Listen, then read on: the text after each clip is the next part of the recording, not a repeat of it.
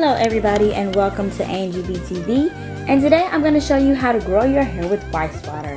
All you need is a bowl, water, and rice. So what you want to do is pour the rice into the bowl and then pour the water into the bowl. Simple as that. And then what you want to do is, for the most potent rice water, you want to go ahead and leave this in the refrigerator for 24 hours. Or if you don't have time for that, you can also go ahead and just leave it in there for about 30 minutes and then use that rice water as well. So I'm going to show you how to use it on your hair. All you have to do is wash your hair, condition it and everything like that. And once it's settled in for the 30 or the 30 minutes or the 24 hours, go ahead and put it in a spray bottle, and we're going to show you how to do it. So you're going to separate your hair into 2 or 4 sections, and all you have to do is just spray it on your hair and go ahead and just massage that water into your scalp.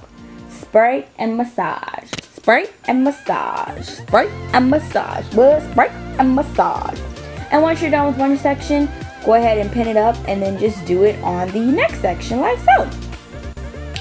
And after that, I would suggest to leave it in your hair for about 15 to 20 minutes.